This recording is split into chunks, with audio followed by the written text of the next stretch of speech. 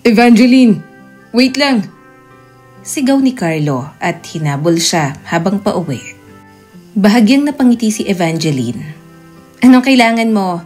Bakit ka sumunod sa akin? Hingal na hingal si Carlo pero nakuha pa rin ngumiti. Ang bilis mo talagang makauwi. Hindi kita naabutan agad. Ngumuso si Evangeline para pigilin pa ang mas malawak ng ngiti.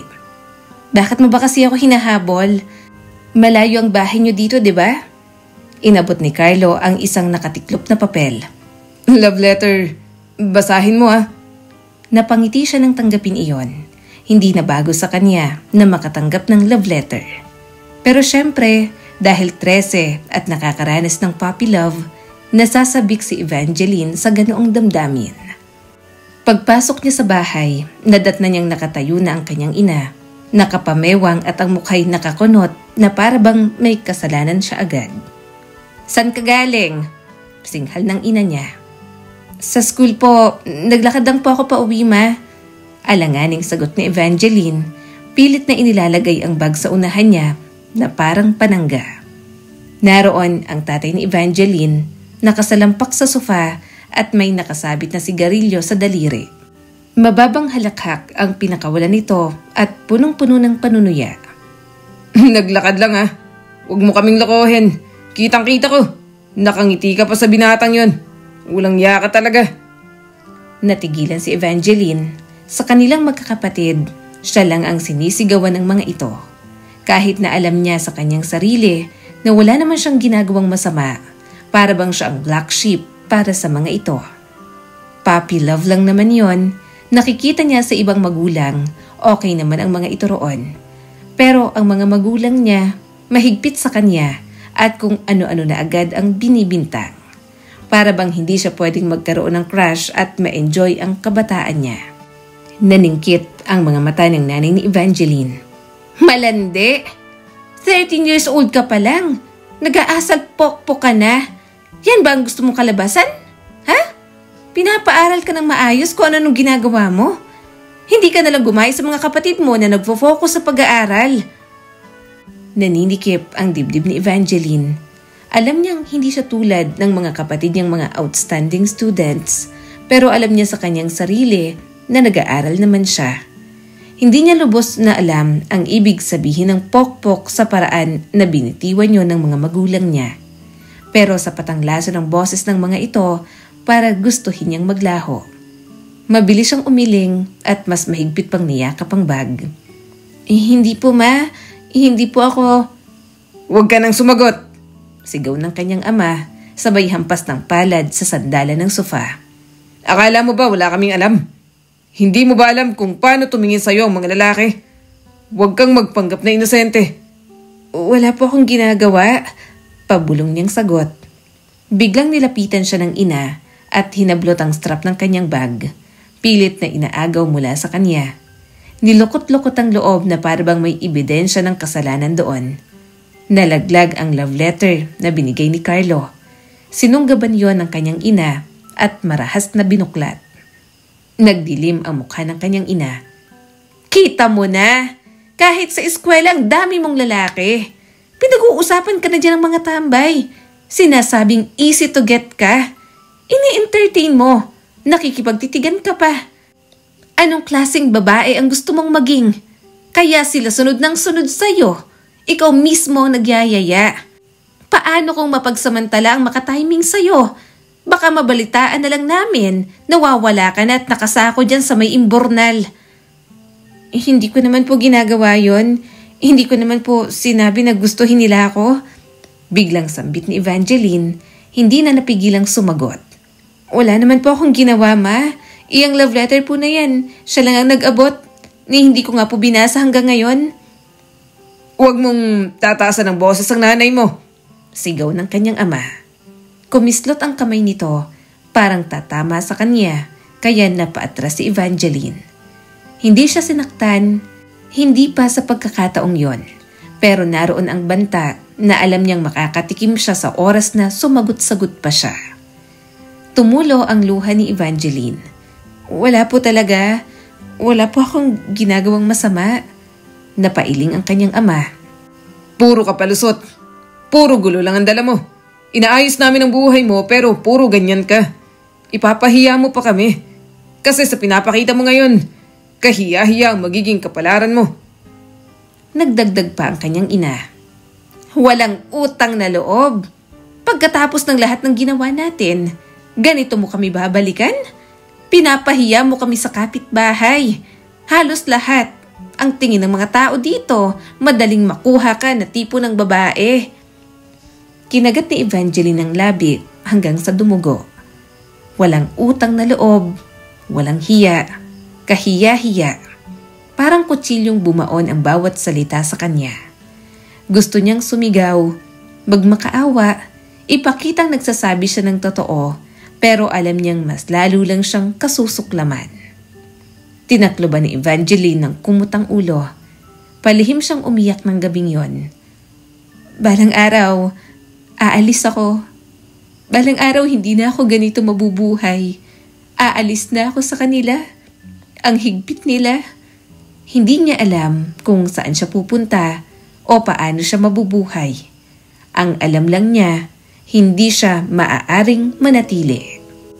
Kinabukasan sa eskwela, nasa isip pa rin niya ang sulat. May ilang babaeng nagtatawanan, tinutulak-tulak si Carlo papalapit sa kanya. Namula si Carlo at iwas na iwas ang tingin kay Evangeline. Ang swerte mo, Evangeline, bulong ng isa. Lagi may humahabol sa'yo ng mga lalaki. Napilitan siyang ngumiti, ngunit sa loob ay kumirot ang puso niya.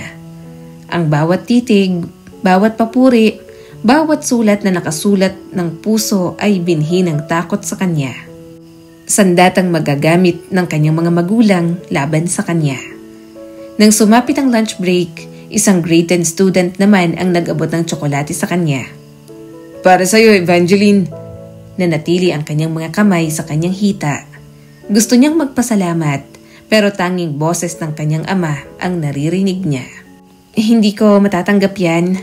Nanlumo naman ang binata. Pero ang totoo, gusto yung tanggapin ni Evangeline. Ang totoo, natutuwa siya sa atensyon at paghanga ng ibang tao. Dahil ang lahat ng yon, hindi niya naman nakukuha mula sa pamilyang tinuturing niya. Pagsapit ng 2 taon ni Evangeline sa high school, halos ayaw niya ng makipagkaibigan dahil sa pagiging praning ng mga magulang niya. Minsan, iniisip niya kung ano ba ang mali sa kanya. Kasi sa ibang mga kapatid niya, hindi naman ganoon ang pagtrato. Palaging hindi patas pagdating kay Evangeline. At mukhang magkakaroon na siya ng dahilan kung bakit. Isang hapon, kagagaling niya lang sa labas nang marinig ang pag-uusap ng kanyang mga kamag-anak. Ni hindi pa niya alam ano? Pabulong na tanong ng kanyang tiyahin. Narinig niyang tinig ng kanyang lola. Hindi, at mas mabuti na rin yon. Alam mo kung gaano kalupit ang nanay niya. Kapag nalaman ng bata ang totoo, baka tuluyang mabasag ang loob niya. Natigilan si Evangeline sa pasilyo at mahigpit pa ring hawak ang strap ng bag. Bumaba pa ang tinig ng tiyahin, ngunit malinaw sa kanya ang bawat salitang binitiwan nito. Naalala ko pa nung kinuha si Evangeline. Mga 2 o 3 taon ba yun? Ang totoong mga magulang niya, walang makain, nakatira sa lumang barong-barong malapit sa ilog. Umiiyak ang nanay nang iniwan siya. Ang alam nila, magkakaroon siya ng maayos na buhay dito. Napasinghap si Evangeline. Parang umikot ang mundo niya. Sumandal siya sa malamig na dingding. Mabilis ang tibok ng puso, nakikinig sa mga ito. Mas maayos na buhay. Inis na tugon ng kanyang lola. Kung saan akong yun pinalaki, binubulyawan, minumura, na parang aso lang kong ituring. Sabi na nga ba na iba ang magiging trato kay Evangeline kasi may mga sarili naman silang anak. Ayaw nilang malamangan ng ampun nila ang mga totoong anak, kaya nagagalit. Totoo naman nga na mas magandang bata si Evangeline at maraming pumupuri. Minsan naiisip ko, baka mas mabuting naiwan na lang siya roon. Napabuntong hininga ang kanyang tiyahin. Huli na rin naman. Narito na po siya, bahagi na ng pamilyang to. Kahit ayaw na nila at parang gusto na nilang isole sa pinanggalingan. Nanlambot ang tuhod ni Evangeline. Dahan-dahan siyang umatras patungo sa kanyang silid. Marahang isinara ang pinto para hindi marinig. Hindi pala siya tunay na anak. Ampon lang si Evangeline. Kinuha mula sa isang dukhang pamilya at may isang inang walang kwentang ipinaubaya siya sa iba. Umupo siya sa kama habang nakatitig sa sariling mga kamay na tila hindi sa kanya. Bawat insultong ibinato sa kanya ng kanyang mga magulang biglang tumusok ng mas malalim sa kanya. Marahil yun ang dahilan kung bakit wala siyang nakitang lambing mula sa mga ito. Marahil yun ang dahilan kung bakit palagi siyang dayuhan sa sariling tahanan. Gabi na nang hindi niya na napigilan ang sarili. Abala ang kanyang ina sa sala habang nagtutupi ng mga labahin. Ma, totoo ba? Mahinang tanong ni Evangeline. Natigilan ang kanyang ina at napakunot ang noo. Ano na namang kalokohan yan? Na hindi niyo po talaga ako anak? Nainampun niyo lang ako? Bakas ang desperasyon sa mukha ni Evangeline. Sandaling natahimik ang kanyang ina. Pagkaraan, umismid ito at itinapon ng isang damit sa tumpok. Ayan, at nalaman mo rin. Ayoko na rin naman na may tinatago kaya mabuti at alam mo na. Parang piniga ang puso ni Evangeline. Totoo nga? Totoo, sabi nito at mabigat na napabuntong hininga. Yung totoo mong mga magulang, pulubi, nakatira sa dumi, ni hindi ka kayang pakainin. Kami ang kumuha sa'yo, kami ang nagligtas sa'yo kasi nagmagandang loob kami. At eto pa ang kapalit, ang tigas ng ulo mo, nananagot ka pa. Umawang ang bibig ni Evangeline. Pero bakit hindi niyo po sinabi? Bakit ko pa sasabihin? Singhal ng kanyang mama. Magbabago ba ang lahat? Mas mamahalin ka ba nila? Hindi nga namin alam kung nasa ang lupalop ng mga yon. Wala silang halaga at kung wala kami ay wala ka rin. Huwag mo nang hanapin ang mga magulang mo na itinapon ka lang naman. Hindi po nila ako tinapon, sabi ni Evangeline at hindi na napigilang humagulgol. Sabi niyo, umiyak ang mama ko. Ang totoong mama ko nang iwan niya ako. Umirap naman ito. Umiyak man o hindi, iniwan ka pa rin. At ako ang naiwan na magpalaki sa'yo. Alam mo ba kung gaano kahirap? Kung ilang beses mo kaming pinahiya sa ugali mo, sa tingin ng mga tao sa'yo. Palagi mo na nga lang nalalamangan ng mga anak namin. Nagsisisi ako na kinupkop ka pa namin. Hindi ka naman marunong sumunod. Ang landi mo pa. Parang sinampal si Evangeline. Hindi ko naman po hinihingi ang ganito. Hindi ko hiningi na magkagusto sa akin ng mga lalaki. Hindi ko... Tama na. Bulalas ng kanyang ina. Nasa loob ang kulo mo. Alam na alam ko yung mga galawan mo. Palagi ka pa nagpapalusot. Mabuti sana kung maayos kang anak. Hindi namin pagsisisihan na inampun ka namin. Tandaan mo to. Swerte ka at inampun ka namin.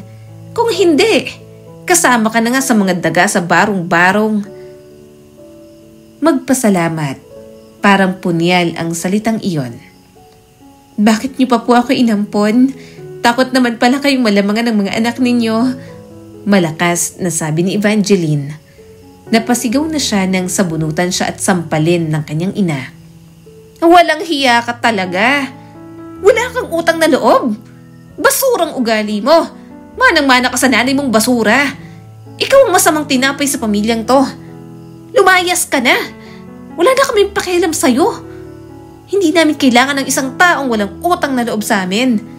Nagsisisi kaming pinalaki ka pa namin.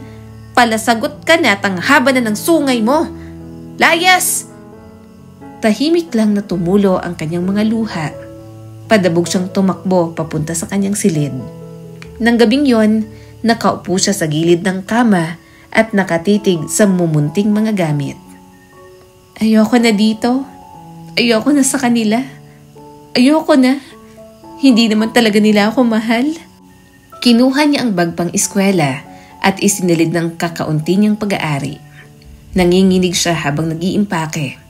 Mabuti na lang, matipid siya kaya may pera siyang naipon. Hindi niya alam kung saan pupunta, pero bahala na. Tahimik ang bahay nang lumabas si Evangeline.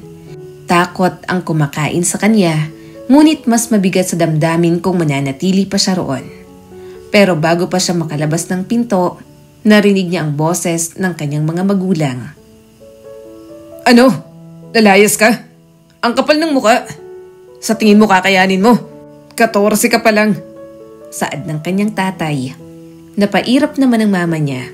Hayaan mong umalis. Kapag umalis, hindi nahahayaang makabalik dito. Wala na tayong pananagutan dyan. Hindi na lumingon pa si Evangeline. Taas noon na lang siyang umalis. Walang pakialam kahit natawagin siyang walang utang na loob. Pagdating sa kanto, lumingon siya ng huling beses sa bahay na yon. Para sa kanya, hindi yun naging isang tahanan, kundi isang bilangguan. Naninikip ang kanyang dibdib habang pinupunasan ang mga luha. Hahanap ako ng mas mabuti. Hahanap ako ng totoong tahanan, ng pamilyang magmamahal talaga sa akin. At sa gabing yon, naglakad si Evangeline sa dilim.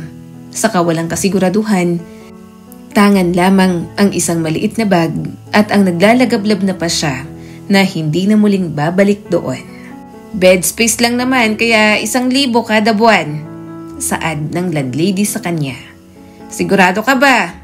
Parang ang bata mo pa. Naglayas ka ba sa inyo? Hindi agad nakasagot si Evangeline. Pinalayas po. Pero wag po kayong mag-alala. May pera po ako. Mag-a-advance po ako para sa 3 buwan at magtatrabaho naman po ako habang nag-aaral. Mukhang duda pa ang landlady. Pero tumango pa rin naman ito. O sige. Pero since bed space to, hindi ka pwedeng magluto sa loob ng kwarto mo. Nagluluto ako ng pagkain. Sa akin ka na lang bumili. Marahang tumango si Evangeline. Sige po. Ang kwartong inuupahan ni Evangeline, malayong malayo sa kwarto niya noon. Sa gabi, maririnig niya ang mga dagang nagtatakbuhan sa kisame at walang tigil na pumapasok ang ugong ng trapiko sa manipis na bintana. Ngunit sa unang pagkakataon sa kanyang buhay, kanya iyon. Walang masasakit na mga salitang ibinabato sa kanya. Walang malakas na pagsarado ng pinto, walang salitang lason na dumidikit sa balat niya. Mas mabuti na dito. Dito walang nagsasabing wala akong utang na loob. Walang nanghuhusga sa akin. Ako na ang may hawak ng sarili kong buhay, sabi ni Evangeline sa sarili. Tinawagan niya ang isa niyang kaibigan. Jana, di ba yung tita mo naghahanap ng helper sa karinderya? Sumagot naman ito. Naghahanap siya. Panggabi raw, 24 hours kasi yun, tapos sa basta pang place ng eatery. Bakit? May kilala ka bang pwedeng ipasok? Napakagatlabi si Evangeline. Ako sana. Kailangan ko ng trabaho, pinalayas kasi ako. Nagulat naman ang kanyang kaibigan. Ha? Ano pinalayas ka sa inyo? Bakit? Huminga siya ng malalim. Nalaman kong ampun ako. Sinabi na nila sa akin. Nagkasagutan. Tapos, ayun, napalayas na ako. Ako nang bubuhay sa sarili ko. Kaya sana matulungan mo ako maghanap ng trabaho. Nangungupahan kasi ako. Bed space lang. Mauubos itong ipon ko kaya kailangan ko magtrabaho habang nag-aaral. Gosh, ang lakas ng loob mo. Kung ako yan, hindi ko kakayanin. Okay, wait, tatawagan ko si tita. Kaso, medyo masungit yun ha. Pagtiyagaan mo na lang. Pero makakatipid ka kasi malapit naman sa school yun at libre yung pagkain. Imporma ng kanyang kaibigan. Bahagya siyang napangiti. Salamat, Jana. Sandali pa silang nag-usap. Nangako ito na tutulong sa kanya. Kaya nakahinga siya ng maluwag. Ngunit may patalimang buhay. At mabilis natutunan ni Evangeline kung gaano yun katalim. Maaga pa bago sumikat ang araw, nagsisimula na ang umaga niya. Natanggap na nga siya ng eatery ng tita ni Jana. Maliit ang kita, pero sapat para mabayaran ang renta niya. Sagot na rin ang pagkain niya, kaya mas nakakatipid si Evangeline. May oras pa siyang magpahinga dahil alam na working student siya. Ayaw pa nga siyang tanggapin dahil 14 pa lang siya. Pero pinakita niya naman na masipag at kaya niya ang trabaho roon. Evangeline, sandali! Hingal na sabi ni Joanna. Palagi ka na lang nagmamadali. Hindi ka na sumasama sa mga gala pagkatapos ng klase. Saka palaging si Jana na lang ang kinakausap mo. Nakakatampo ka na. Umiling si Evangeline. Marami pa kasi akong ginagawa. Sige, mauna na ako. Huminto ng bahagya si Evangeline nang makalayo na sa mga dati niyang kabarkada. Gusto niyang magsabi ng totoo pero ayaw niyang kaawaan at maging pulutan sa mga kwentuhan. Kinakaya ni Evangeline ang buhay pero minsan grabe ang pagtama sa kanya ng kalungkutan. Walang saya sa buhay na nag-iisa na unti-unti niya nang nakakasanayan. Sa mga gabing yon, iniisip niya kung ano kaya ang pakiramdam ng may yumakap na may maghawi ng buhok niya at pumuri sa kanya. Iniisip niya ang mga magulang na titingin sa kanya ng may pagmamalaki, magtatanong ng kumusta ang araw niya at hindi siya ituturing na pabigat. Makalipas ang maraming taon, nakagraduate siya ng high school, nakakuha siya ng scholarship sa college. Sa karinderya pa rin siya nagtatrabaho. Pwede siyang maghanap ng ibang sideline pero napalapit na rin kasi siya sa tita ni Jana. Dinagdagan ang sahod niya, binibigyan ng tip paminsan-minsan at doon siya kumakain. Kaya mas less ang gastos. Sobrang hirap, nakakapagod at minsan parang gusto na lamang ni Evangeline na maglaho sa mundo. Pero patuloy pa rin siyang lumalaban para sa magandang buhay na hinahangad niya. At sa lahat ng yon, isang tao ang magbibigay ng kulay sa kanyang buhay. Mainit ang palengke ng araw na yon. Pinahid ni Evangeline ang pawis sa kanyang noo habang pasa ng ilang kilo ng bigas. Nanginginig na ang kanyang mga braso pero pinilit niyang kayanin hanggang sa narinig niya ang isang boses ng lalaki. Miss, dahan-dahan lang. Sandali, ako na. Isang pares ng matibay na kamay ang sumalo sa sako bago pa siya matisod. Napalingon siya at nagulat dito. Matangkad ang lalaking tumulong sa kanya. Payat ngunit may tindig at may ngiting tila nakakapagliwanag sa maruming paligid ng kalsada. Kaya ko naman, mabilis niyang sagot, pilit binabawi ang sako. Napangiti ang lalaki. Hindi ko naman sinasabi na hindi mo kaya. Pero bakit mo pa pipilitin kung pwede namang tulungan ka? Nabigla si Evangeline. Bihira ang taong nag-aalok ng tulong nang walang hinihinging kapalit. Pinagmasdan niya ito ng may pag-iingat. Pero nanatiling maaliwalas ang ngiti nito at hindi nang uuyam. Sa wakas, hinayaan niyang ito na ang magdala ng sako hanggang sa pintuan ng tindahan. Salamat, mahina niyang sabi habang pinapagpag ang alikabok sa palda. Walang anuman, ako si Nando. Inilahad nito ang kamay. Nag-aalangan man, nakipagkamay pa rin siya. Evangeline. Evangeline? Ulit ni Nando. Maganda, bihira ang ganyang pangalan. Napangiti siya ng tipid, pero nararamdaman na niya ang unti-unting pagbangon ng mga pader na lagi niyang itinataas. Marami nang ngumiti sa kanya noon, bumati at tumitig ng matagal, at palagi yung nagdadala ng gulo sa kanya. Sandali, tawag ni Nando. Dito ka nagtatrabaho? Sa eatery, mabilis niyang sagot. Mas lumapad ang ngiti nito. Kaya pala, madalas din akong kumain dito. Masasarap ang mga luto. Ikaw ang nagluto? Umiling naman siya kaagad. Hindi ako masarap magluto. May cook dito at helper lang ako. Akala ni Evangeline, tapos na yon. Pero totoong madalas ngang kumain doon si Nando. Sa gabi kasi siya nag-duty, kaya siguro hindi niya ito nasusumpungan. Kinabukasan, dumating ito sa karinderya. Naupo ito sa isang sulok, umorder ng sinigang at kanin. At habang abala si Evangeline sa pagsisilbi, ramdam niyang sinusundan siya ng mga mata nito. Ang sipag mo naman, Evangeline. Biro nito nang lagyan niya ng tubig ang baso. Mamamatay ako kung hindi ako magiging masipag. Matabang niyang sagot. Pero bumalik at bumalik si Nando. Minsan mag-isa, minsan may kasamang kaibigan. Lagi itong nakakadiskarte ng paraan para makausap siya. Nalaman niyang estudyante din ito. Mukhang nalaman itong gabi siya madalas mag-duty, kaya naman gabi na itong pumupunta. Estudyante ka rin, di ba? Nakita na kitang naka-uniforme. Saad ni Nando. Kaklase ko si Jana sa isang subject. Nabanggit niya sa akin na mag-isa ka na lang sa buhay. Tumango naman siya. Oo, at pakialam mo ba? Natawa naman si Nando. Ang sungit naman. Pero ang galing mo. Hindi ka sumusuko sa buhay. May kung anong kumislot sa dibdib niya. Wala naman akong choice. Pero ng gabing yon, habang nagsusulat ng notes sa ilalim ng mahinang ilaw, biglang bumalik sa isip niya ang sinabi ni Nando. Ang totoo, gusto niya ng sumuko. Pero palagi niyang pinapaalala sa sarili na wala naman siyang aasahang iba kundi ang sarili niya. Lumipas ang mga linggo, mga naging buwan, unti-unti nauupos ang depensa ni Evangeline sa paulit-ulit na presensya ni Nando. Hindi ito katulad ng iba. Hindi manyakis, hindi nagbibiro ng mga malalaswang salita. Marespeto ito at hindi boring kausap. Isang gabi, matapos ang kanyang shift, nadatnan niyang naghihintay si Nando sa labas ng karinderya. Mag-isa ka bang umuwi gabi-gabi? Tanong nito.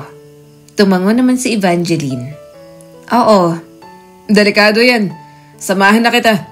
Sana huwag kang magalit pero gusto sana kitang sunduin at ihatid sa tinutuluyan mo. Nakangiting sabi ng binata. Naningkit ang mga mata niya. Bakit naman? Bahagyang tumagilid ang ulo ni Nando. Kasi ayokong may mangyaring masama sa'yo. Saka normal lang naman na mag-alala sa babaeng gusto ko, di ba? Gusto sana niyang tumanggi, pero may katapatan sa mga mata nito. Alam niyang walang halong masamang balak. Tahimik ka, wika ni Nando maya-maya. Wala naman akong masyadong sasabihin. Hindi ako naniniwala. Kwento ka naman. Ako na lang palagi ang nagkikwento. Giit pa ni Nando. Simula noon, nagkwentuhan na nga sila tungkol sa kanilang mga buhay. Naging bahagi ng araw nila ang pag-uwi ng magkasabay. Unti-unti, natuto siyang magsalita ng higit pa. Naikwento niya ang tungkol sa school, mga customers sa karinderya, at ang pangarap niyang matapos ang kanyang degree balang araw. Pagkatapos nun, tanong ni Nando isang gabi habang nakatayo sila sa harap ng bahay. At pagkatapos, ewan ko, siguro makakahanap ako ng matinong trabaho. Siguro makakatira na rin ako sa bahay na walang daga sa kisame. Napatawa siya pero mapait naman ang kanyang tinig. Ngumiti si Nando at namungay ang mga mata. Matutupad mo lahat ng inaasa mo, Evangeline. Naninikip ang dibdib niya. Wala pang nagsabi ng ganoon sa kanya. May pista sa Sabado, ani Nando isang hapon habang nakasandal sa pintuan ng karinderya. Sama ka sa akin. Pampalipas lang. Baka naman sumobra ka sa trabaho at pag-aaral. Hindi ka na masyadong makakagala. Hindi pwede. Mabilis niyang sagot. Marami akong activity na kailangan ipasa sa mga professor ko. Isang gabi lang naman. Pahinga ka naman minsan. Sige na. Nag-alinlangan si Evangeline. May boses sa loob niya na nagsasabing huwag magpadala. Pero may isa pang boses na sabik na pumayag. Kaya sa huli, tumango na lang si Evangeline. Sumiklab ang piyesta sa liwanag at musika. Nakalambitin ang mga banderita sa plaza at kumalat sa hangin ang amoy ng inihaw na karne. Sa unang pagkakataon, hindi siya naka-uniforme, hindi nag-aabot ng pagkain, hindi pagod na pagod sa buhay na pinipilit niyang isurvive. Ang ganda mo, bulong ni Nando habang naglalakad sila sa hanay ng mga tindahan. Uminit ang pisngi ni Evangeline. Nag-dress lang ako, maganda na agad ako? Napangiti naman ang binata. Madalas kitang nakikitang nakasuot ng pants at t-shirt lang. Maganda ka naman doon pero iba kapag nakadress at ayos na ayos ka. Nag-effort ka. Pakiramdam ko kasi nagpapaganda ka para sa akin. Mahina siyang tumawa. Isang tawang matagal nang hindi niya nagawa. Para siyang malaya at walang takot. Naglaro siya sa perya, tumikim ng street food, at pinanood ang paputok na sumabog sa langit. Sa unang pagkakataon, naramdaman ni Evangeline na bumalik siya sa pagkabata. Napagkaitan siya ng masayang teenage life, kaya masaya siya ng araw na yon. Habang nakatayo sila sa ilalim ng makukulay na ilaw, lumingon si Nando sa kanya. Evangeline, gusto kita. Gustong-gusto talaga. Bahagyang natigilan si Evangeline. Kumapit ang takot sa kanya. Gusto niyang umurong, protektahan ng sarili. Pero matatag ang mga mata nito. May pagmamahal at tiyaga. Hindi ako sanay dito. Ilang taon na ako nasanay mag-isa. Mahina niyang sabi. Hindi ko alam kung paano. Huwag ka nang mag-alala. Malumanay nitong sabi. Dito lang ako. Maghihintay ako. Mabilis ang naging panliligaw ni Nando simula ng gabing yon. Siguro nga'y sobrang bilis. Pero kapito ko si Evangeline. Pilit tinatago ang pagkauhaw niya sa pagmamahal. Matagal na siyang pinalaki sa paniniwalang wala siyang halaga. Kaya ang pagmamahal ni Nando ay parang ulan sa tuyong lupa ng kanyang buhay. Sinusundo siya nito at hinahatid papunta sa school. Naghihintay pagkatapos ng kanyang trabaho at palaging nagbibiro para mapasaya siya. Si Nando ang naging kandungan niya at si Evangeline sa unang pagkakataon natutong umasa sa taong baka pwedeng magmahal sa kanya ng totoo. Nang parehong makagraduate at nakapagtrabaho, kahit wala pang ipon, kahit hindi pa handa sa pagpapamilya, nagpakasal na sila. Pumayag na lang si Evangeline. Siguro dahil ayaw niya nang mamuhay mag-isa. Gusto niyang may kasama kahit paano at may kahati na sa mga bayarin. Dito na tayo titira. Saan ni Nando? Pasensya na. Balang araw, magkakaroon din tayo ng sarili nating bahay. Napangiti naman si Evangeline. Okay lang. Mas okay na ako dito kaysa sa dati kong tirahan. Hindi palasyo ang una nilang bahay. Second hand lang din ang mga gamit nila sa bahay. Pero okay na yun kay Evangeline at kaya niya ng pagtiyagaan. Buntis ka? Tanong ni Nando. Marahan siyang tumango. Oo, buntis ako. Ilang araw na kasi ako nahihilo at naduduwal. Kaya nang nag-check ako, so eto na nga, magkakaroon na tayo ng baby. Ang unang iyak ng kanilang panganay ay nagbigay buhay sa maliit nilang tahanan. Hawak-hawak ni Evangeline ang sanggol na tila'y isang munting biyaya. Pero habang tinititigan ng anak niya, hindi alam ni Evangeline kung bakit hindi niya maramdaman na isa na siyang ina. Naisip niya na siguro dahil hindi niya naman talaga naranasang magkaroon ng mabuting ina. Ang ganda niya, nasabi na lang ni Evangeline. Napangiti si Nando. Siyempre naman, mana sa'yo. Sa unang mga buwan, kahit nakakapagod ang pagiging ina, medyo masaya naman at bago sa pakiramdam. Gumigising siya kahit anong oras para magpasuso o kahit masakit ang katawan niya.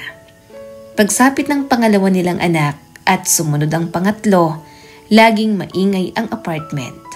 May tawanan, iyakan at kalat ng mga laruan sa sahig. Minsan ay nakaka-overwhelm at parang lagi siyang naninibago palagi. Wait lang, nagtatrabaho pa si Mama, sabi ni Evangeline sa mga bata.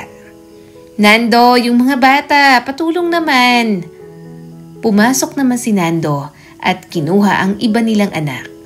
Kagagaling lang nito sa trabaho at hindi pa nakakapagbihis. May trabaho rin naman si Evangeline pero nasa bahay lang. Kaya siya ang naiiwan sa mga bata. Pagod ka na, Evangeline? Tanong ni Nando at hinalikan ang kanyang balikat. Sumagot naman siya. Hindi pa naman. Hoy, mag-condom ka ha. Hindi na ako pwedeng mabuntis ulit. Masyado nang marami ang 3. Natawa naman ang kanyang asawa at naglambing pa sa kanya. Hinayaan niya na lang pero nang matapos sila, natulala na lang si Evangeline.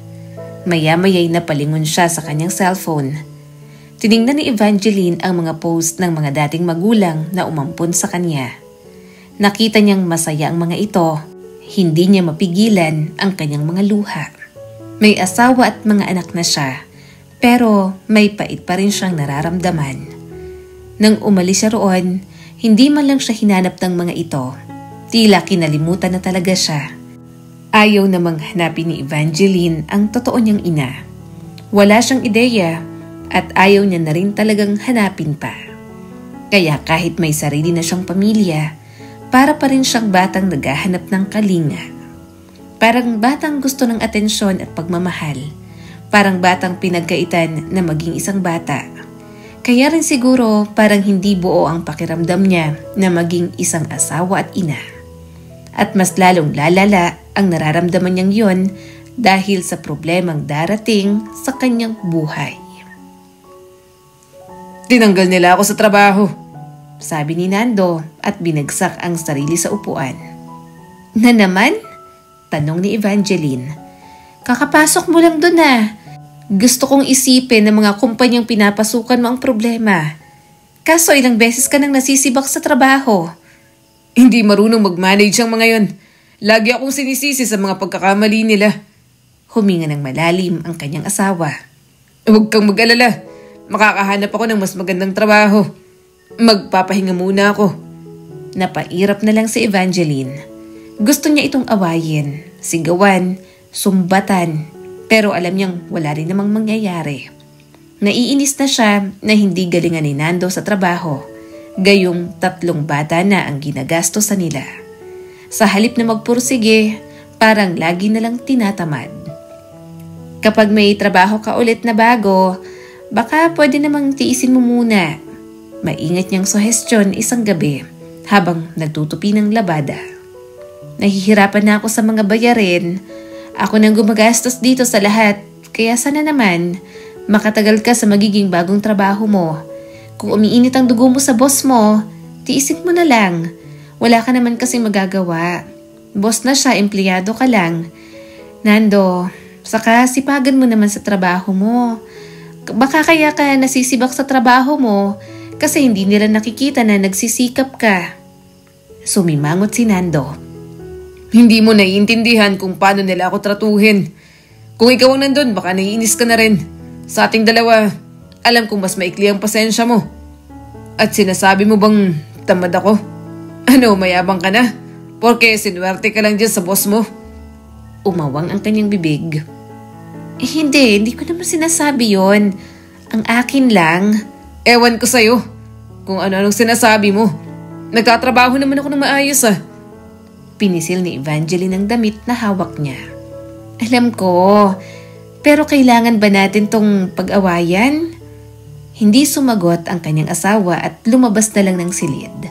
Tinawag niya pa si Nando pero hindi man lang siya nilingon. Binato niya na lang ng damit ang pinto na para bang nandoon pa ang nakakainis niyang asawa. Nag-away na naman kayo ng asawa mo? Tanong ni Jana. Umismid naman si Evangeline. Oo, nabibwisit nga ako. Ang sarap batuhin ng kaldero. Ang akin lang naman, ayusin niyang pagtatrabaho niya dahil may pamilya na kami. Hindi yung magpapadala siya sa mga emosyon niya, tapos matatanggal sa trabaho. Pinagsasabihan ko na siya. Sinabihan ko ulit kahapon. Pero ako pang ginawang masama. Jana, hindi ko na alam kung saan ako lulugar. Inis na talaga ako. Napabuntong hininga naman ang kanyang kaibigan. Hayaan mo't magkakaayos din kayo. Basta papag-usapan nyo lang yan ang hindi tumataas ang boses nyo. Normal yan sa mag-asawa. Sana magkabati na kayo at minsan, babaan mo rin naman ang pride mo. Napairap si Evangeline. Binababaan ko lang ang pride ko kapag alam kong mali ako. Pero sa naging away namin, paninindigan ko na siya ang mali. Kaya dapat siyang mag-sorry sa akin. Kasi kung palaging ako ang magsasorry, kahit siya naman ang may mali, makakasanayan yun sa pagsasama namin. Nilabas niya na lang ang lahat ng kanyang hinanakit kay Jana. Nakinig naman ito sa mga paghihimutok niya. Kaya kahit papaano, gumaan ang dibdib ni Evangeline. Gayunpaman, kumakapit pa rin si Evangeline sa Pag-asa. Paulit-ulit niyang pinaaalala sa sarili ang lalaking minahal niya noon. Ang lalaking naghahatid sa kanya pauwi, nakinig ng walang panghuhusga at nagpatawa sa kanya noon. Kapag masaya si Nando, naroon pa rin ang lalaking yon. Binubuhat nito ang mga bata sa balikat, kinikiliti sila hanggang sa mapatili. Tinutuya si Evangeline dahil sobrang seryoso niya. Pinapatawa siya kahit ayaw niya namang tumawa. Sa mga araw na yon, lumuluwag ang buhol sa dibdib ni Evangeline at muling bumabalik ang kanyang paniniwala. Pero mas mahirap nang baliwalain ang masasamang araw ng kanilang pagsasama. Isang hapon, habang nagtatrabaho siya sa maliit na mesa sa sala, hinila ng panganay na si Lira ang manggas niya. "Mama, pwede bang makipaglaro ka sa amin?" tanong ng bata at ang mga matay puno ng pag-asa. Tumingin si Evangeline sa tumpok ng papeles na inaasikaso niya. Bubuka na sana ang bibig niya para tumanggi, pero nakita niya na agad ang lungkot sa mga mata ng kanyang anak.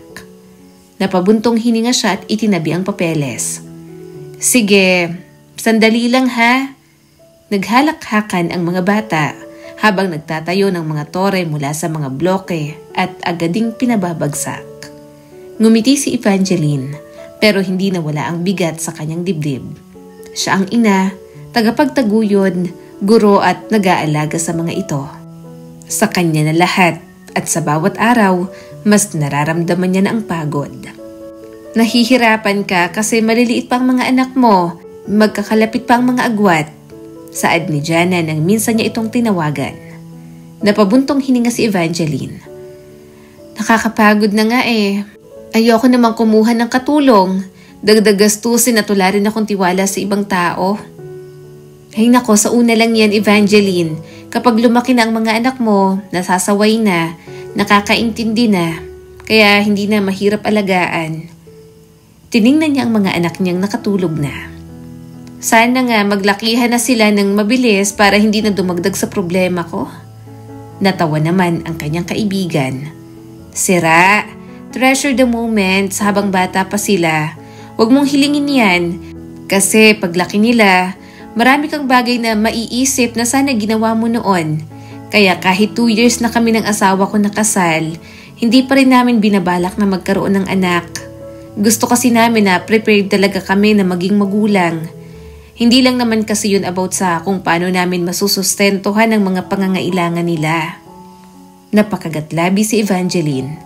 Hindi siya katulad ni Jana na sentimental sa mga bagay at mga alaala. Padalos-dalos siyang magdesisyon, kaya tinatanggap na lamang niya kung ano ang resulta. Ang totoo, hindi niya pa rin talaga ramdam ang maging isang ina.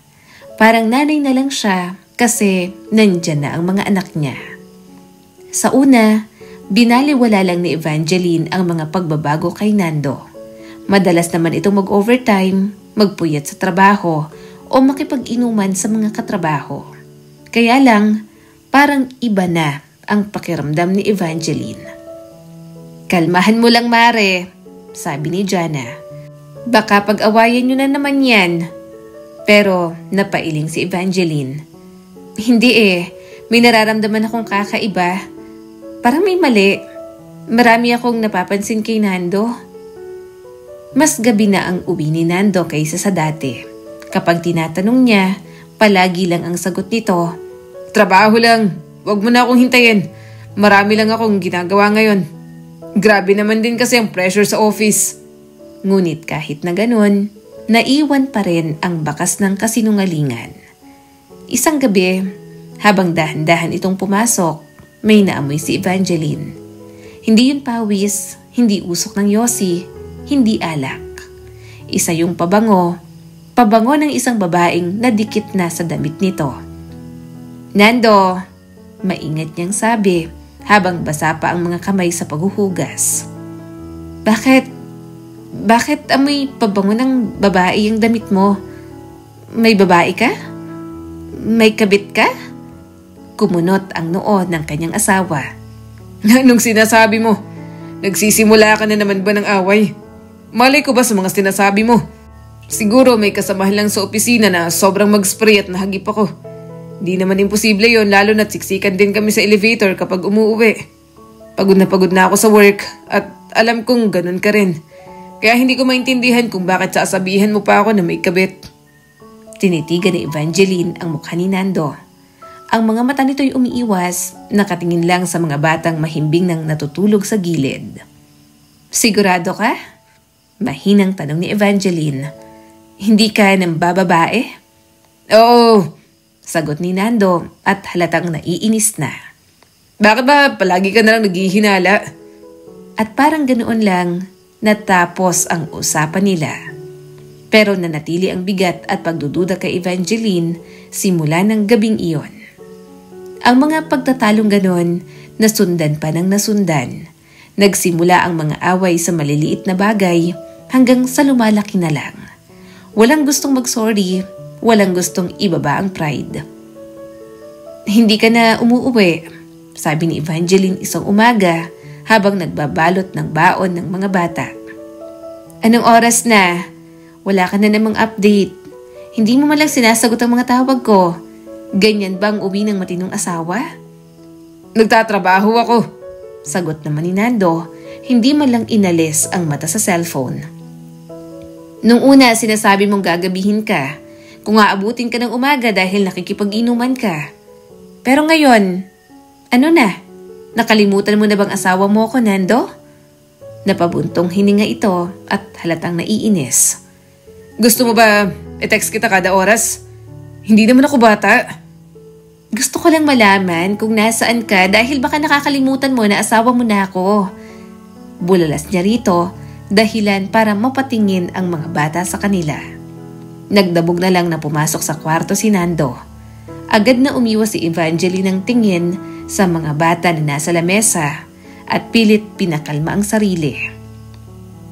Nag-aaway po ba kayo ni Papa? Tanong ni Lara na alam niyang nakakaintindi na ng mga panahong iyon. Ano pong ginagawa ni Papa na nakakagalit? Mama, bakit ka po napapasigaw? Saka hindi po pala siya umuwi kagabi. Kaya po pala hindi na ako natuturuan sa assignment ko sa math. Bilisan niyo na lang kumain. Mamaya, nandyan ang service niyo. Mahina niya na lang sabi sa mga bata. Mula sa bahay na puno ng halakhak, naging pugad ng sigawan. Natutunan ng mga bata na pumasok na lang sa kanilang silid tuwing lumalakas ang boses nila ni Nando. Ayaw naman yun ni Evangeline. Ayaw niyang makita sa mata ng mga anak ang parehong takot na minsan ay dinadala niya noong siya ay bata pa. Kaso, paano niya gagawin yon kung hindi naman nakikisama si Nando? Isang gabi, matapos muling mag-walkout si Nando, mahigpit na humawak si Lyra sa kanyang kamay. Nanay, bulong ng bata. Magagalit na po ba kayo kay Papa habang buhay? Lumuhod si Evangeline at pinilit ngumiti. Hindi anak, minsan nag-aaway ang mga matatanda, pero mahal namin kayo palagi. Hayaan nyo lang. Niyakap niya ang mga anak ng mahigpit. Ngunit sa dilim ng kanyang kwarto, humagulgul siya ng walang ingay habang nakabaon ang ulo sa unan. Dumating ang patunay isang gabi nang iwan ni Nando ang cellphone sa lamesa. Hindi siya kailanman naging mausisa. Pinagkatiwalaan niyang asawa, lumapit sa tiwalang yon kahit pa lumalaki na ang pagdududa. Pero may tinig sa loob niya, desperadong tinig na nagtulak para kunin ang cellphone. Nagliwanag ang screen at lumabas ang isang message ng isang babae. Good night, mahal. Hindi na ako makapaghintay na makita ka ulit. Parang hindi siya makahinga. Nanginginig ang mga kamay niya habang nag-scroll isa-isa at tumama ang mensahe sa kanya na parang mga kutsilyo. Parang napaso siya at agad ibinaba ang cellphone. Tila walang laman ang dibdib niya. Parang nawala ang hangin sa paligid. Nang umuwi si Nando kinagabihan, nadatna niya si Evangeline nakaupo sa katahimikan at ang cellphone ay nasa lamesa. Ano to? Tanong niya habang malamig ang boses. Natigilan naman si Nando, mabilis na tumingin sa cellphone at saka sa kanya. Binasa mo ang mga messages ko. Sagutin mo ko. Lumalakas ang boses niya. Saka bakit? Asawa mo ko. May rights ako na pakialaman dahil baka gumagawa ka na ng mga kalokohan. At sure nga ako, gumagawa ka ng mga kalokohan. Hinagod nito ang buhok at halatang balisa. Wala yun. Kaibigan lang. Kaibigan? Mapait ang tawa ni Evangeline. Kaibigang tinatawag kang mahal? Nasabik na makita ka ulit? Grabe naman kaibigan yan. Namimiss ka? Nanigas ang mukha ni Nando. Ano ngayon kung may nakakausap ako? Hindi mo alam kung gaano kahirap, kung gaano kabigat ang dinadala ko. Siya, nakikinig siya sa akin. Siya? Nanginginig ang tinig ni Evangeline sa galit. Nakikinig siya? Ano ko, Nando? Ano ako nitong mga taon? Ako ang nagdala ng mga anak mo. Ako ang nagbanat para may makain tayo. Ako ang nagtiis sa bawat pagkakatanggal mo sa trabaho. At ngayon sasabihin mong siyang nakikinig? Kung may dinadala kang problema, may justify na ba nun ang paghahanap mo ng ibang babae? Bakit ka maghahanap kung ako ang asawa mo? Tiningnan sila ng mga bata. Tahimik na umiiyak ang mga ito habang pinagmamasdan sila. Ayaw niyang ipakita sa mga bata pero hindi rin naman kaya ni Evangeline na itago ang nararamdaman. Tumahimik ka nga. Bulong ni Nando. Natatakot ang mga bata. Natatakot na sila noon pa. Balik niya at bumagsak ang mga luha. Hindi ako magiging ganito kung hindi ka manloloko. Mas lalo pang lumala ang mga sigawan matapos ang gabing iyon. Wala nga sabi. Ano ba? Sigaw ni Nando sabay hampas ng kamao sa lamesa. Masyado kang praning. At ako pa ang praning. Balik na sigaw ni Evangeline. Kapag nalaman ko kung sino yung babae mo, lagot ka talaga sa akin. Pasalamat ka't may delikadesa pa ako. Gusto niyang maayos pa sila. Ngunit sa loob-loob niya, namamatay na ang pag-asa. Nakikita at naririnig sila ng mga bata kapag nag-aaway. Parang nakakalimutan nila na nandoon ang mga ito. Nawawala na ng pakialam sa damdamin ng mga anak nila. Dumating ang pinakamasakit na dagok makalipas ang ilang linggo. Nagtutupi siya ng damit nang dumating ang hipag niya at halatang nag-aalangan. Evangeline, mahinang sabi nito. Ayoko sanang saktan ka, pero kailangan mong malaman. Alam ko na may babae ang kapatid ko at palagi niyong pinagtatalunan. Kaso yung babae ni Nando, buntis na siya. Nabuntis siya ng asawa mo. Parang umikot ang mundo ni Evangeline. Mapapalampas niya pa ang pambababae ni Nando. Pero ibang usapan na ang makabuntis ito. Hindi, pabulong niyang sagot. Hindi totoo yan. Hindi niya pwedeng mabuntis yung haliparot na yon. Ngunit sapat na ang tingin ng hipag para masabi ang lahat. Talagang nakabuntis si Nando at kinagabihan hinarap niya ang asawa niyang walang hiya. Totoo ba? Halos wala ng boses niyang tanong. Buntis siya? Nabuntis mo ang kabit mo? Natigilan si Nando at hindi agad nakasagot. Bakas na agad ang guilt sa mukha nito. Evangeline! Sambit nito at bahagyang lumapit. Umurong siya at umiling. Wag mo kong hawakan. Hindi ko sinasadya. Mapait siyang tumawa. Hindi mo sinasadya?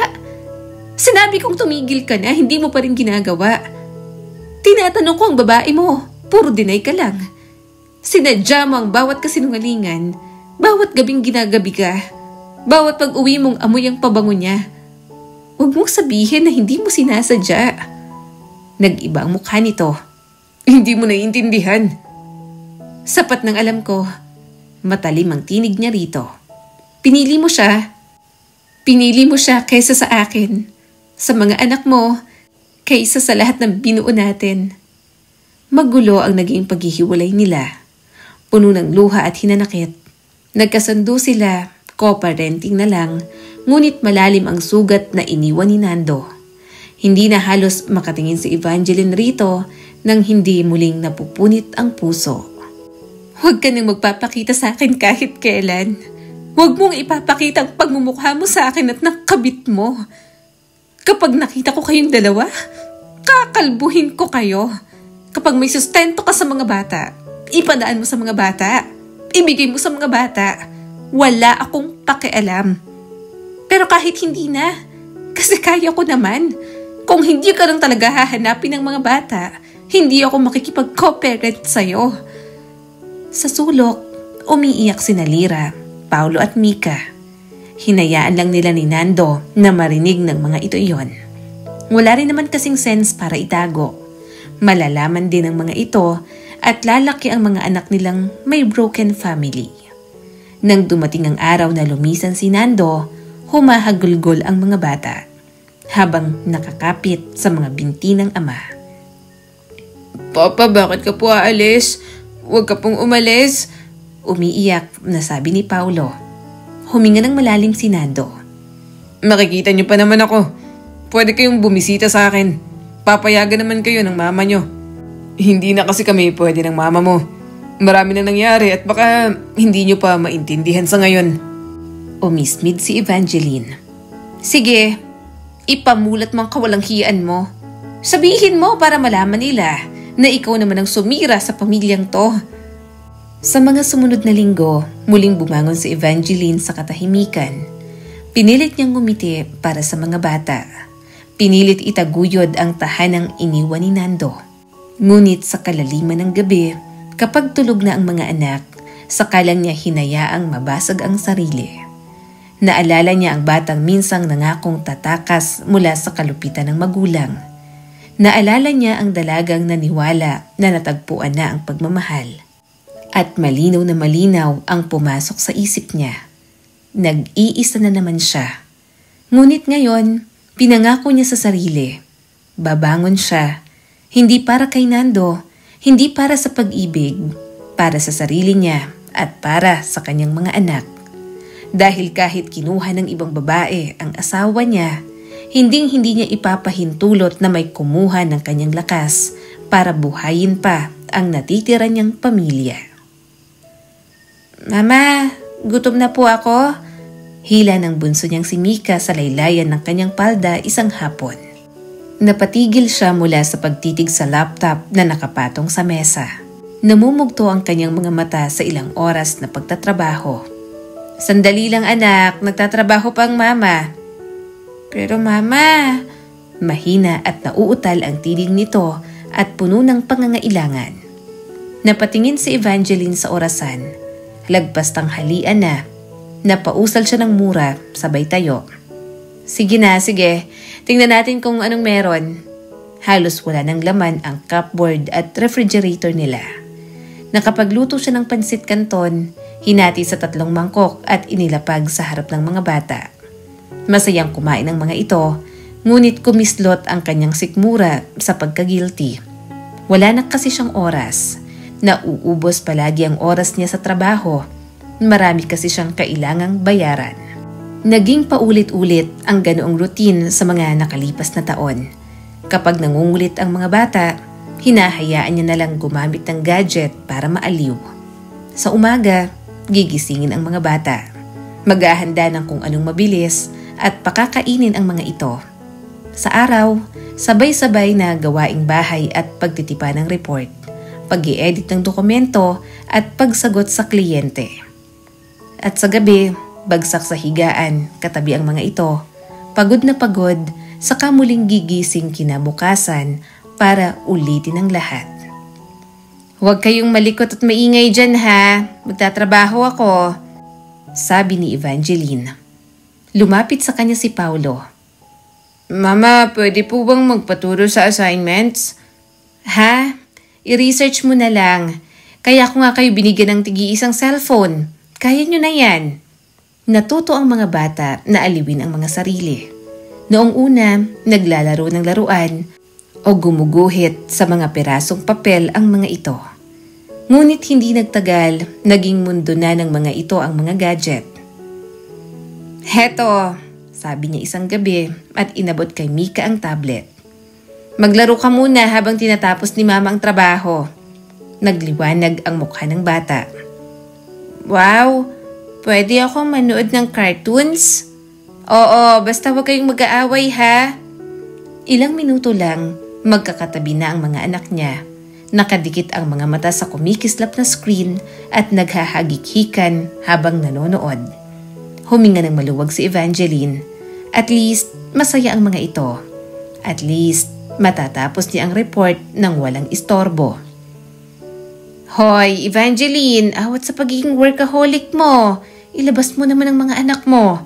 Hinahayaan mo na lang na puro gadget. Saka, namamayat ng mga anak mo. Saad ni Jana, nang minsan itong bumisita at may dalang mga pagkain. Napabuntong hininga si Evangeline. Pinapakain ko naman ang mga yan. Saka hindi rin naman sila mahilig lumabas. Kaya namamayat ayaw kumain ng gulay. Kasi hindi mo pinipilit. Naiiling na sabit ni Jana. Ang mga bata mabilis namang turuan at makinig. Kaya dapat sinasanay mo habang bata pa lang. Kaya ngayon na medyo malalaki na. Nako, mahirap ng turuan to.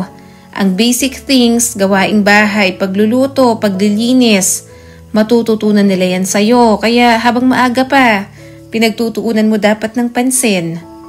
Napabuntong hininga na lang si Evangeline. Gusto niya namang gawin yon, kaso parang hindi talaga magkasya ang oras niya. Pero habang tinitingnan ang mga anak, bahagya siyang naaawa, kaya pinasyal niya na muna sa mall. May pera naman sila, kaya pinamili niya na. Nagsusustento pa rin naman si Nando at pinapayagan niya ang mga batang makasama ito. Pero syempre, dahil nakabuntis ng iba, mas priority na nito ang bagong pamilya. Nay, tanong ni Lyra sa kanya, pwede mo po ba kaming basahan ng kwento? Abala siya sa pagtatype at masakit na ang mga balikat. Bukas anak, busy pa si mama. Pero sabi mo kahapon. Bukas nga sabi. Ano bang hindi mo maintindihan sa mga sinabi ko? Huwag na kayong makulit, pwede ba? Para sa inyo rin naman to. Bulalas niya sa mga ito. Parang pinisil ang kanyang puso. Napatingin siya sa mga umaasang mukha ng anak. Saka sa kumikislap na cursor sa screen. Naiiyak na ito at hindi na nakapagsalita. Bukas, mahinang ulit niya at napabuntong hininga. Matulog ka, kung hindi ka makatulog, magpatugtog ka o makinig ka ng mga audio children book dyan sa cellphone mo. Basta wag nyo na akong istorbohin. Tahimik itong bumalik, dala ang tablet at hindi na muling nagsalita. Pero ang pagtulak niya sa kanyang mga anak, isang pagtulak na pala sa mga gawain ng mga ito na mahirap nang makaahon. Lumipas ang mga taon. 14 years old na si Lyra.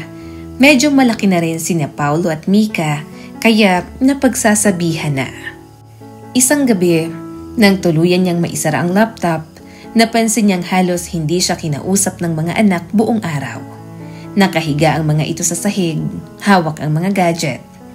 Mga anak, bungad ni Evangeline, walang tumingin sa kanya. Gusto niyo ba sabay tayong kumain? Mamaya na ma. Mahina lang nasagot ni Paulo at hindi iniangat ang mga mata. Nakatayo siya roon, hindi alam kung dapat ba siyang matuwa sa disiplina ng mga anak o mabahala sa lumalalim na agwat sa kanila. May mga pagkakataong napapasigaw siya sa pagod. Ibaba mo na yan, sigaw ni Evangeline kay Mika nang ayaw kumain dahil tutok na tutok sa cellphone. Pinapakain na nga kayo.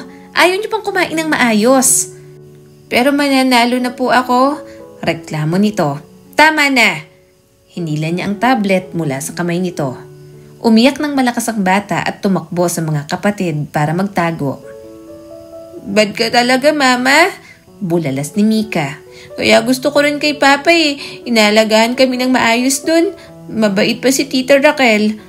Mahigpit niyang hinawakan sa braso si Mika at pinilit umupo. Maupo ka. Huwag mo ako masagot-sagot ha. Ano? Gusto mo na rin sa tatay mo? Hindi pwede. Hindi ka maalagaan nun. Mas mahal niya ang bago niyang asawa at 2 anak. Mas mapapabayaan kayo ron. At anong mas okay ang Raquel na yun? Kabit yun. Bawiin mo yan. Mas magaling ako ron. Huwag mo akong makumpara sa bruhang yun Ni hindi nga marunong maglaba ng sariling panty ang babaeng yun.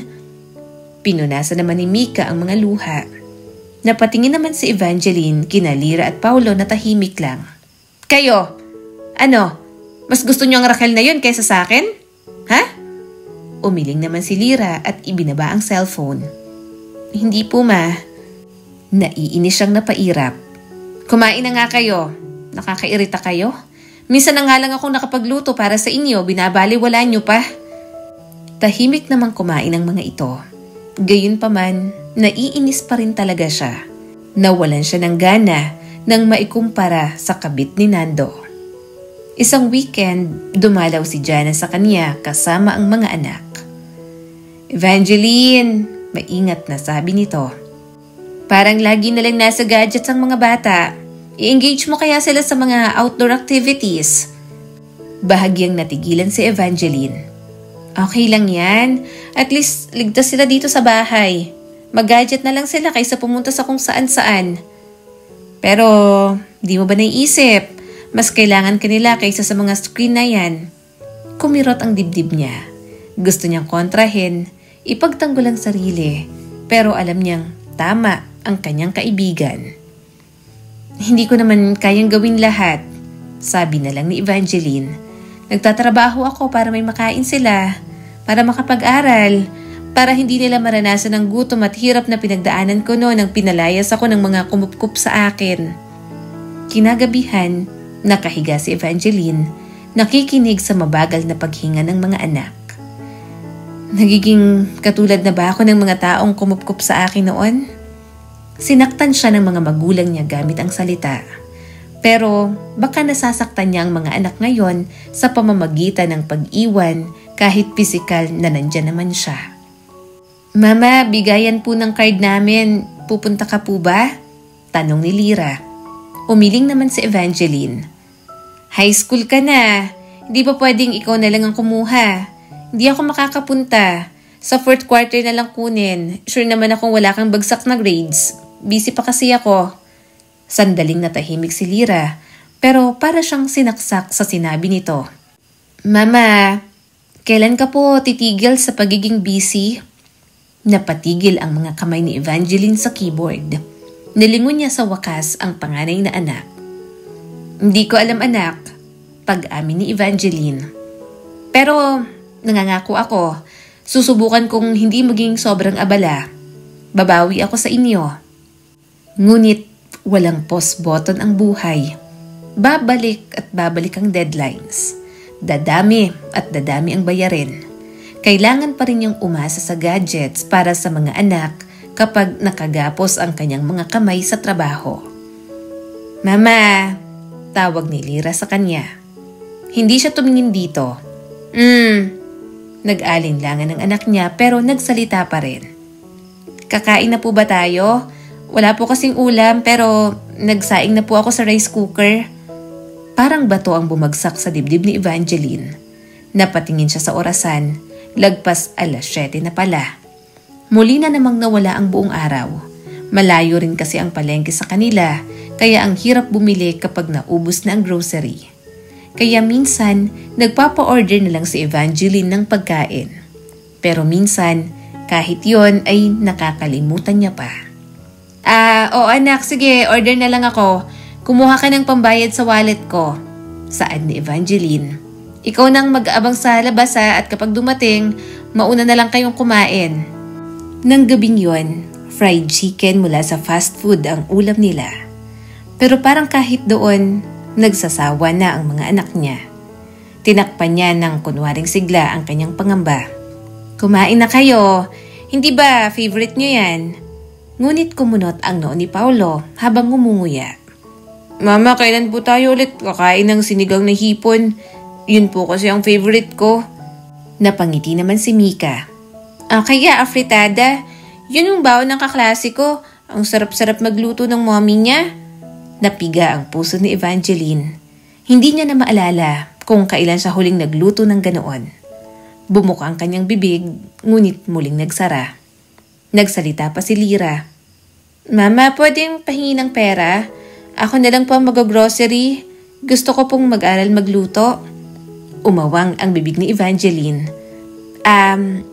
Sige, bibigyan din kita ng listahan mamaya.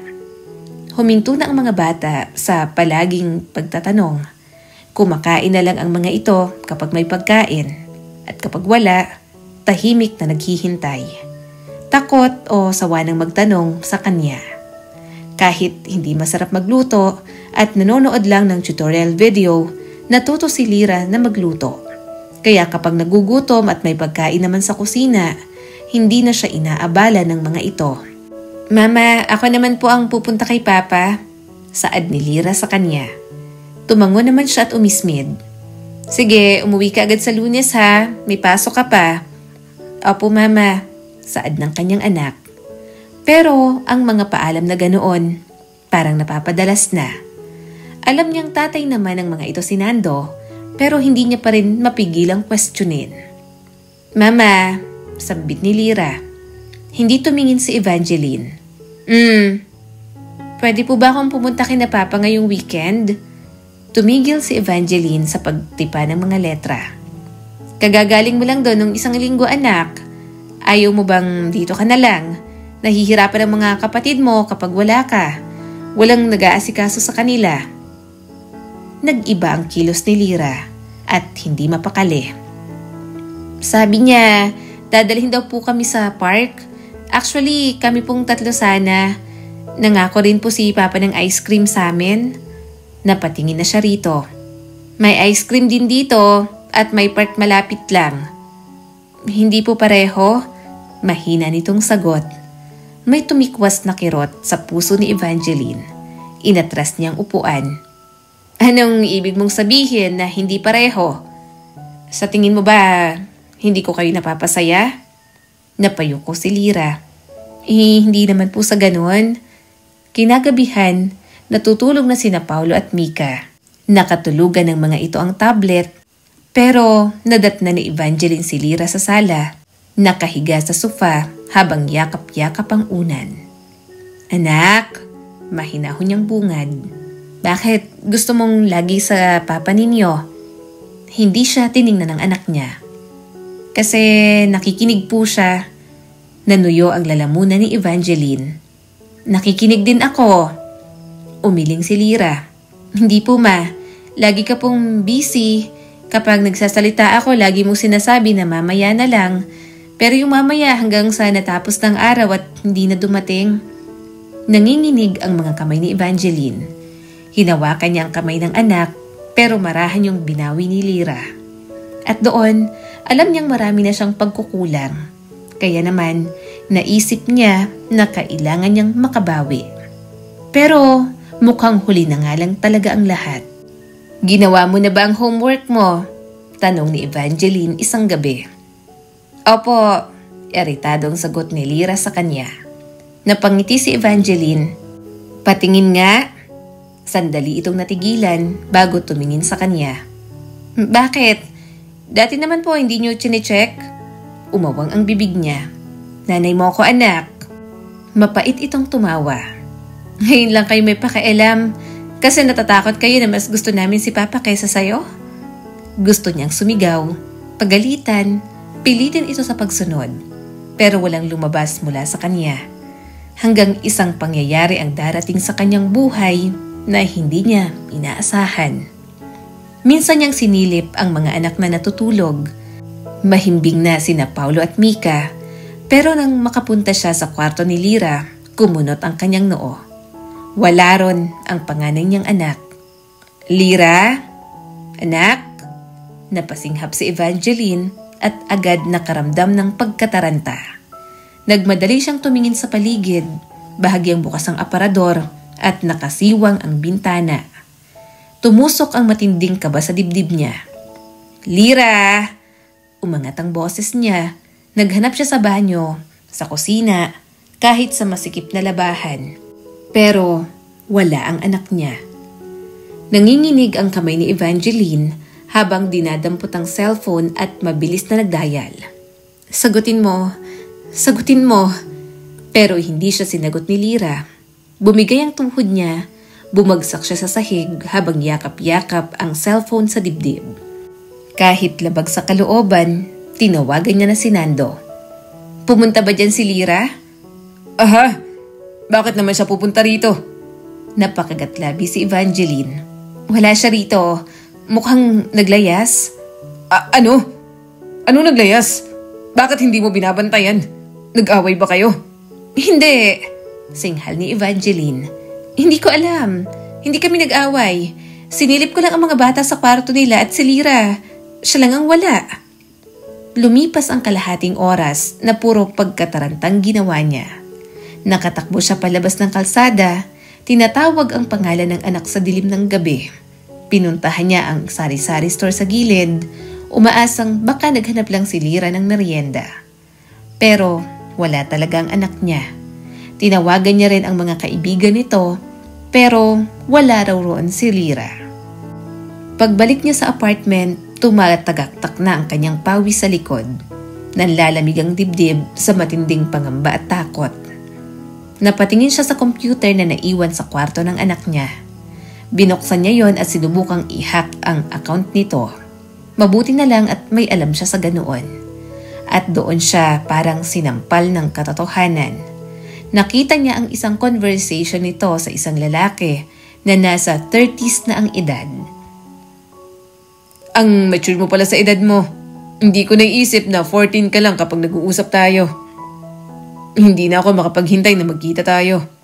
Huwag ka mag-alala. Aalagaan kita ng higit pa sa kahit na sino. Sumama ka na lang sa akin. Huwag ka na dyan sa mama mo. Bibigyan kita ng buong pamilya. At ang sagot ni Lyra, may pag-aalinlangan ngunit puno ng pananabik. Gusto ko lang ng taong nakikinig sa akin. Sige, pupunta na ako sa'yo. Sasama ako sa'yo. Napakapit si Evangeline sa bibig niya at napaiyak sa labis na pag-aalala. Nakahanap ito ng comfort sa isang lalaking parang tatay na nito. Tumakas ang anak niya para sa lalaking yon at pakiramdam niya ay nauto ang anak niya. 14 anyos pa lang ang anak niya at natatakot na siya sa posibleng mangyari. Diyos ko, garal-gal ang boses niya. Hindi pwede to. Mariin niyang isinara ang computer, dumiretso sa sala at tinawagan si Nando na nanginginig ang kamay. Kabisado niya na ang address, kaya alam niya na kung saan hahanapin ang anak nila ni Nando. Sumagot naman agad ito. Ano, nahanap mo na? Oo, isasend ko sa iyong address. Samahan mo ko. Pasigaw na wika ni Evangeline. Si Lyra umalis. Sumama sa kung sino mang lalaki. Mas matanda sa kanya. Diyos ko, baka nautunon si Lyra at pagsamantalahan lang ang anak natin. Tumawag ka ng pulis. Mariin ang sagot nito. Ngayon din, doon na lang tayo magkita sa sinabi mong address. Kailangan na agad puntahan yun. At baka kung ano pang magawa ng lalaking yun kay Lyra. Nang magpang-abot sila ni Nando, hindi nila mapigilang magsalita ng masama sa isa't isa. Kasalanan mo to. Agad nitong bulalas nang makapasok sa sasakyan. Ikaw ang naging pabaya. Kung mabuti ka sanang nanay sa mga bata, hindi sila magiging ganyan. Tumigil ka, singhal ni Evangeline. Hindi to tungkol sa akin.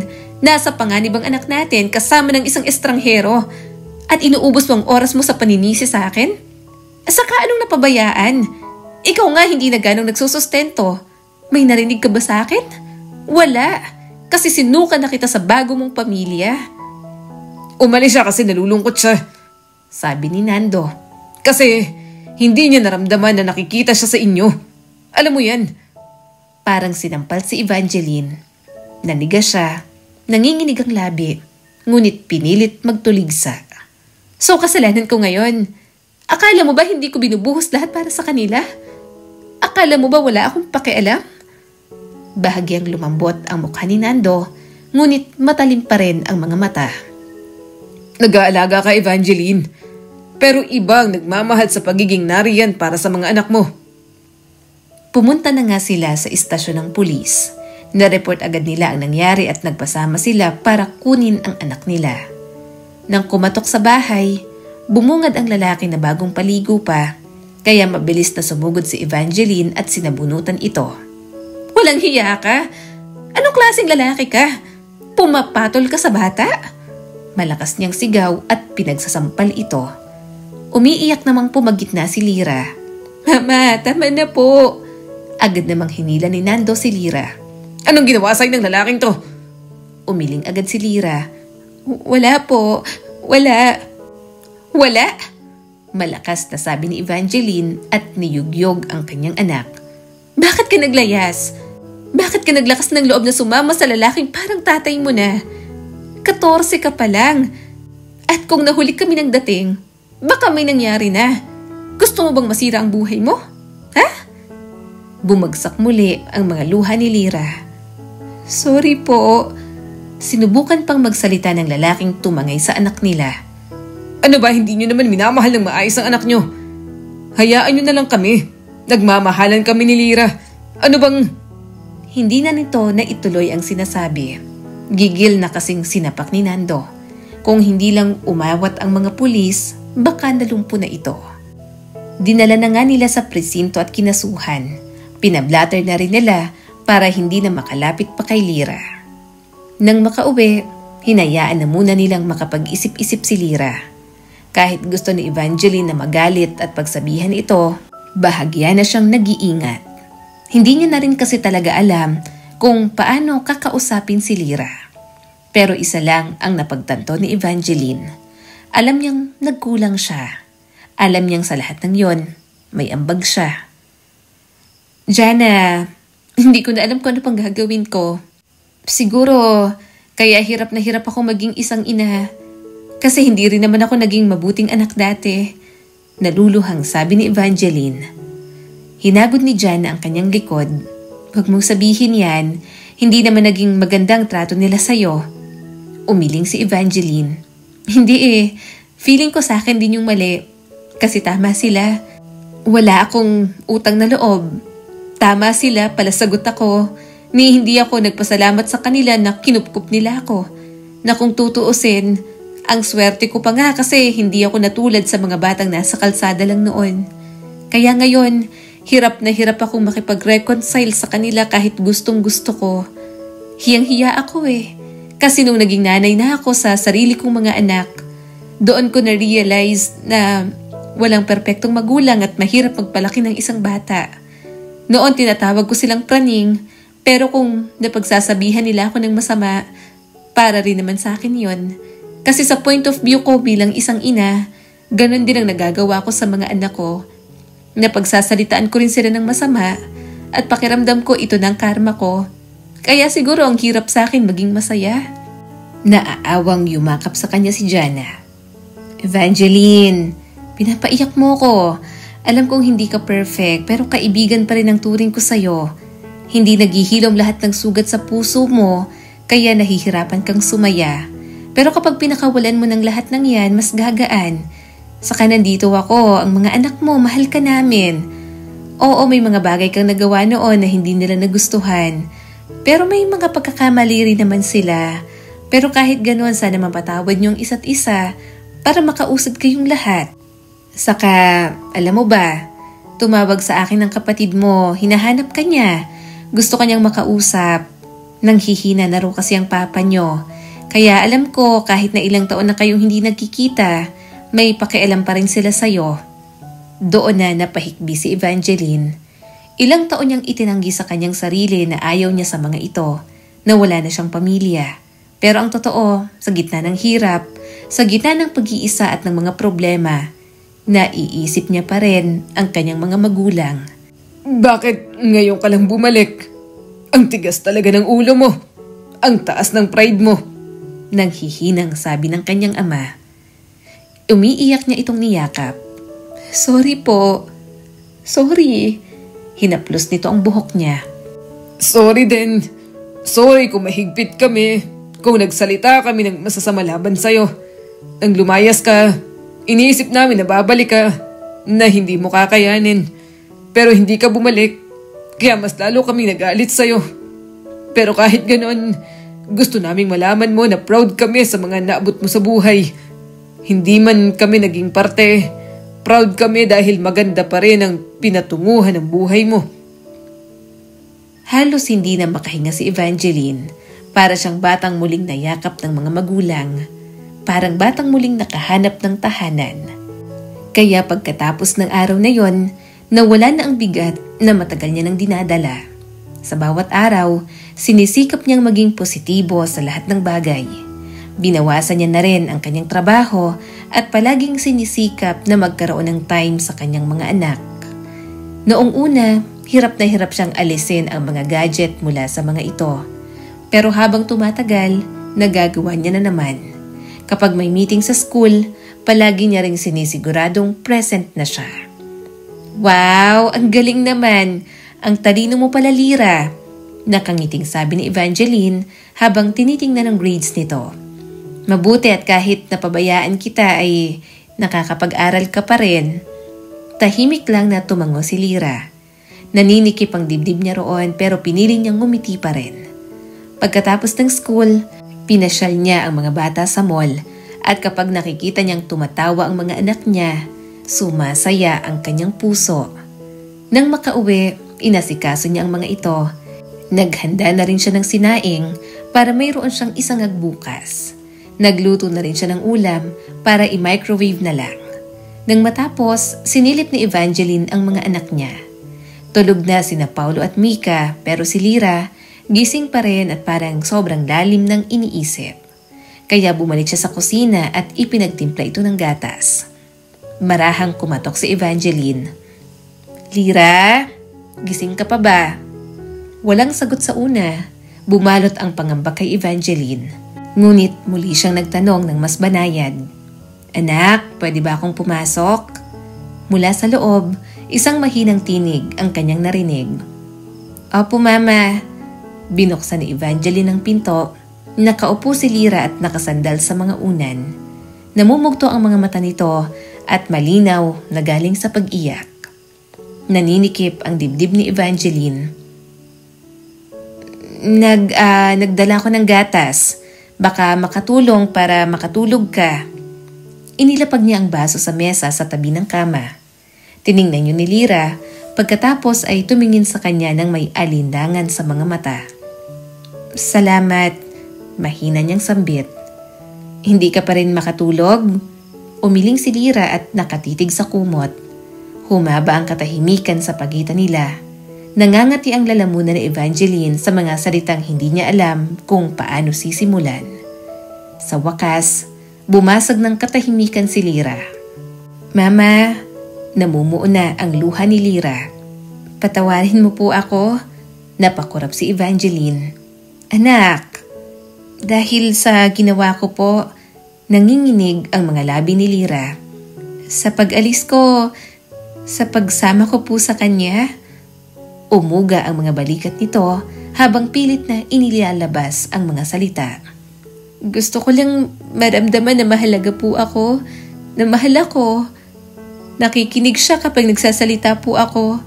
Lagi niyang sinasabi na importante ako. Hindi ko naisip kung ano talaga ang gusto niya. Hindi ko po naisip ang kahit ano. Hindi ko po ginamit ang utak ko, Ma. Hindi ko gustong saktan ka. Hindi ko gustong mas lalo pang gawing magulo ang lahat. Agad siyang lumapit. Hinaplos ang pisngi ng anak at pinunasan ng luha gamit ang hinlalaki. Ayaw kitang sisihin dahil alam kong naghahanap ka lang ng pagmamahal. Umiling ng mariin si Lyra. Pero dapat alam ko po, dapat nakita ko na hindi po siya mabuti. Sorry po, Mama. Tinakpan nito ang mukha at umiyak ng marahas. Nadurog ang puso ni Evangeline. Niyakap niya ang anak at marahang inugoy na parang noong bata pa ito na laging nakakapit sa kanyang palda. Okay lang, anak. Bulong niya habang tumutulo ang sariling luha sa buhok ng anak. Huwag mong akuin ang lahat. Kasalanan ko ito, anak. Ako ang nagkulang. Ako ang nagkamali. Hindi ako naging ina na kailangan nyo ng mga kapatid mo. Nilunod ko ang sarili sa trabaho. Mga gadget ang ibinigay ko imbes na oras. Isinantabi ko ang gutom nyo, ang kakulangan nyo nang maghiwalay kami ni Nando. Hindi ko nakita ang sakit nyo dahil masyado akong naliligaw sa sarili kong sugat. Humugot siya ng hininga at pinipilit ilabas ang bigat. Naghanap ka ng pagmamahal sa iba dahil hindi ko na ibigay. Aking pagkukulang yon, hindi sa'yo. Dapat pinrotektahan kita. Dapat nakinig ako. Dapat minahal kita sa paraang mararamdaman mo, hindi lang sa paraang pinapaniwala ko ang sarili ko na sapat na. Nabigo ako sa inyo at dahil doon, humihingi ako ng tawad anak. Sana'y hayaan niyo kong makabawi. Hinaplos niya ang noo ni Lyra. Gusto kong magbago. Ayokong ulitin ang mga kasalanan ng mga magulang ko. Ayokong lumaki kayo ni Paulo at Mika na iniisip na ang pagmamahal ay kapalit ng kapabayaan. Susubukan ko anak. Araw-araw susubukan kong maging mas mabuting ina para sa iyo at para sa kanila. Mas mahigpit ang yakap ni Evangeline sa kanyang anak. Kung hindi ko kaya, patuloy pa rin akong susubok. Kahit matisod ako, kahit magkamali ulit, hindi ako hihinto. Muling bumuhos ang luha ni Lyra. Gusto ko lang po makita namin na mahal mo kami, Mama. Yun lang po ang gusto namin. Matagal silang tahimik. Napangiti siya at mas niyakap pa ang anak. Inayos ni Evangeline ang buhok nito. Matulog ka na anak. Maaga ka pa bukas. Simula ng gabing yon, mas naging matibay ang relasyon ni Evangeline sa kanyang mga anak. Kapag kailangan ng atensyon ng mga ito, ibinibigay niya agad kahit na medyo nahihirapan ay kinakaya niya rin naman. Mamang dami na. Bakit kailangan pati ako naka-lotion? Naiinis na tanong ni Paulo. Tumawa naman si Evangeline. Anak, hindi to basta lotion lang. Sunblock to para hindi kayo mangitip ng sobra. Kilala ko pa naman kayo. Kapag nakalubog na sa swimming pool, mahirap ng paahunin. Nang matapos asikasuhin ang mga anak, hinayaan niya na ang mga itong maligo sa swimming pool. Napangiti naman siya habang kumukuha ng pictures ng mga ito. Sinikap niya na kahit once a month, may bonding time sila ng mga anak niya. May mga panahon kasi na hindi talaga maiwasan na maging busy si Evangeline. Kaya naglalaan na lang siya ng araw o ng oras na strictly para lang sa mga anak niya. Mama, nandito na po kami! Sigaw ni Mika at agad na pumasok ng bahay. Napangiti siya ng sunod-sunod at humalik sa kanyang pisngi ang mga anak niya. Kumain na muna kayo, nagluto ako ng merienda para sa inyo. At ang pagsi-cellphone hanggang anong oras lang? Hanggang 9 p.m. lang po, Mama. Sagot ni Paulo. Tumaas ang mga kilay ni Evangeline.